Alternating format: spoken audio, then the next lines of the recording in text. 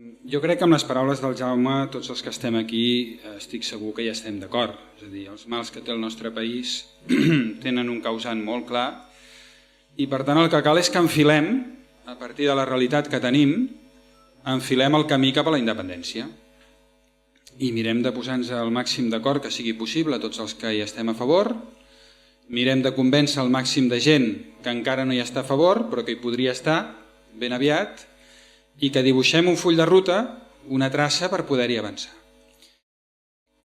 El primer que hem de fer, si parlem de pressupostos, és tenir un quadre de la situació real que tenim. No? Jo crec que la crisi que patim, en el cas de Catalunya, és especialment sagnant. Per diversos motius. És una crisi econòmica homologable a la d'altres territoris d'Europa i del món, amb uns elements específics que la fan més greus. Alguns compartits amb el conjunt de l'estat espanyol. És a dir, és una crisi que es fa més greu quan partim d'uns anys d'un creixement econòmic artificiós, uns anys en els quals el PIB ha anat creixent una mitjana del 3,5% al llarg de l'etapa del nostre creixement, que és extraordinari, però el nombre d'ocupats el 3%.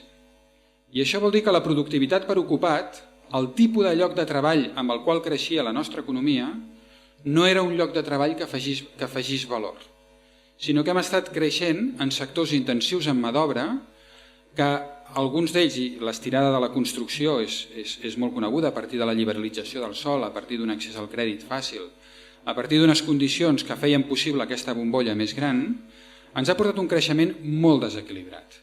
Tan desequilibrat que en el moment de l'aturada els efectes socials d'aquest decreixement són devastadors. Tenim un problema d'un atur especialment difícil perquè hi ha 3 sectors on estem especialment fumuts amb el tema de l'atur. No? Per una banda, o 3 ítems, 3 elements que ens haurien de fer reflexionar molt seriosament. Per una banda, un nivell de formació mig amb dèficits molt importants, és a dir, nosaltres tenim una població universitària àmplia, un nivell de formació mig baixíssim i un nombre de gent amb baixa formació amplíssim, és a dir, tenim un rellotge de sorra, quan el que es recomana és més o menys tenir una cosa equilibrada, amb potser no tants universitaris, tot i que tenir-ne sempre és bo, però una mica més de quadres mitjos i més aviat una formació d'embut, és a dir, a les parts baixes de formació que hi hagi poca gent per afrontar el futur. Per tant, tenim aquesta situació basal de mala formació. Tenim també un nombre elevadíssim de persones aturades que en sectors que han destruït molts llocs de treball en relativament poc temps, és a dir, la crisi ha tingut un impacte sobre el creixement de l'atur extraordinari i per tant, persones que tenen uns coneixements pràctics i una experiència laboral en sectors que no es recuperaran i que per tant cal reconvertir aquesta mà d'obra cap a una altra banda.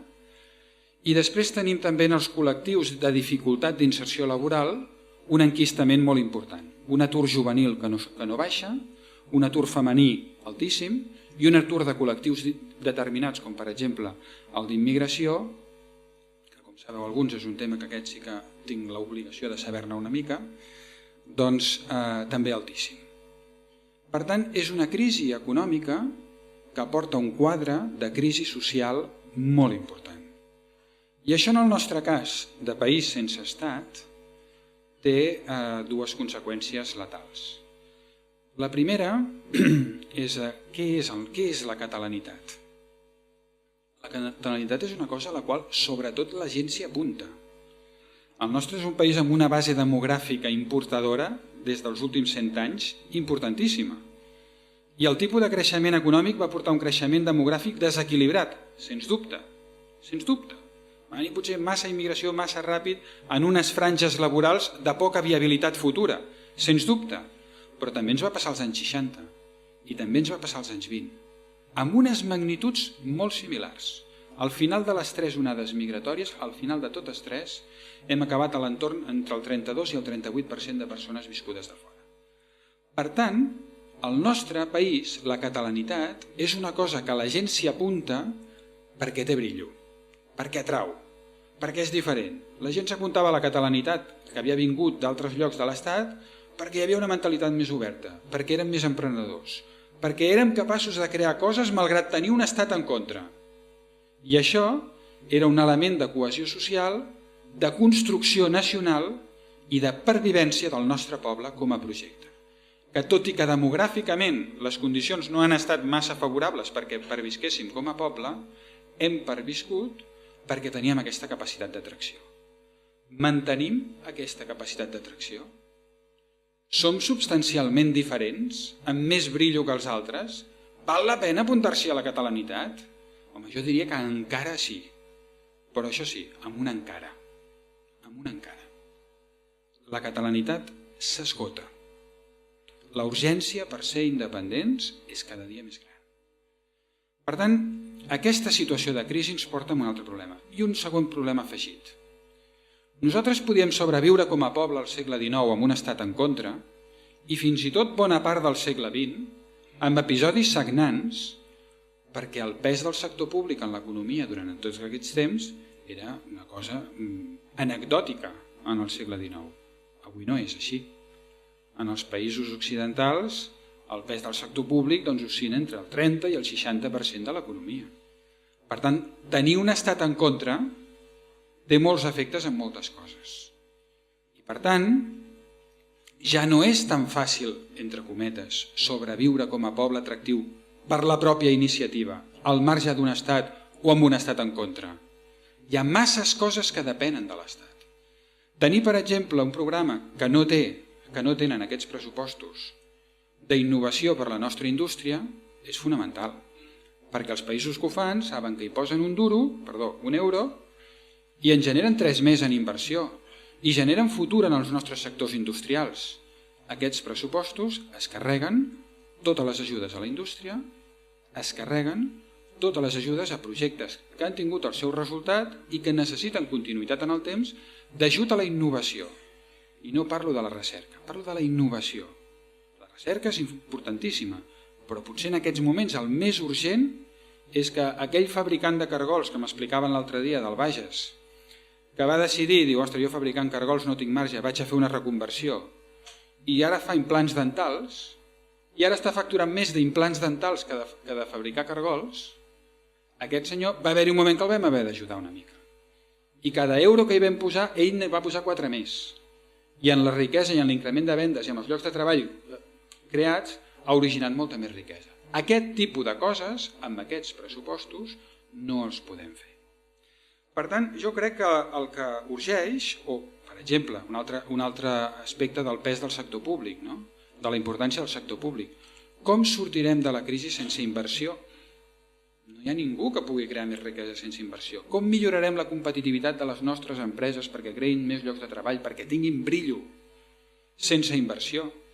La caiguda de la inversió en aquests pressupostos és del 60%. I la inversió pública en infraestructures necessàries, el problema no són aquests pressupostos. El problema és que depèn principalment de Madrid. I Madrid, estic segur que tots els que esteu aquí heu llegit el Germabel i per tant no repetiré les seves tesis perquè crec que és la persona que ho explica amb una claredat més meridiana i a més amb eficàcia pedagògica important, significativament una persona que havia estat diputat del PSC, cosa que també té la seva gràcia que ho faci ell, no? Doncs Madrid ja sabeu com planifica les infraestructures. De quin poble és el ministre? Allà fèiem la carretera fa 100 anys. De quin poble és el president del govern avui? Allà fem el tren d'alta velocitat. Avui han sortit notícies d'inversions de trens d'alta velocitat que són una milionada indecent, que tindran un tren d'anada pel dematí i un altre per la tarda, que ja preveuen que l'ocupació d'aquests trens no arribarà mai ni al 20% del passatge, i tot i així s'inverteix una milionada. Per què? Perquè és un projecte nacional. Clarament, és un projecte d'una construcció d'un país radial que ens vol fer desaparèixer amb el nostre brillo. Per tant, aquesta és la situació. Quan alternativament tindríem moltes altres inversions en infraestructures molt més rendibles, no ja per Catalunya, sinó pel conjunt de l'estat espanyol, com és, per exemple, el cas del corredor mediterrani. Tots coneixereu també el lobby fermet que defensa el corredor mediterrani, que jo no sé si en són conscients o no, però la veritat és que a efectes pràctics són uns grans independentistes. Perquè tu te'ls escoltes i dius, nois, esteu posant aquí cada dia que obriu la boca un nou argument per la independència. Per tant, en el tema d'infraestructures és un altre d'aquests en què l'Estat pesa tant que ens urgeix tenir un pla de país, una estratègia de país per enfilar dret cap a la llibertat, cap a la independència.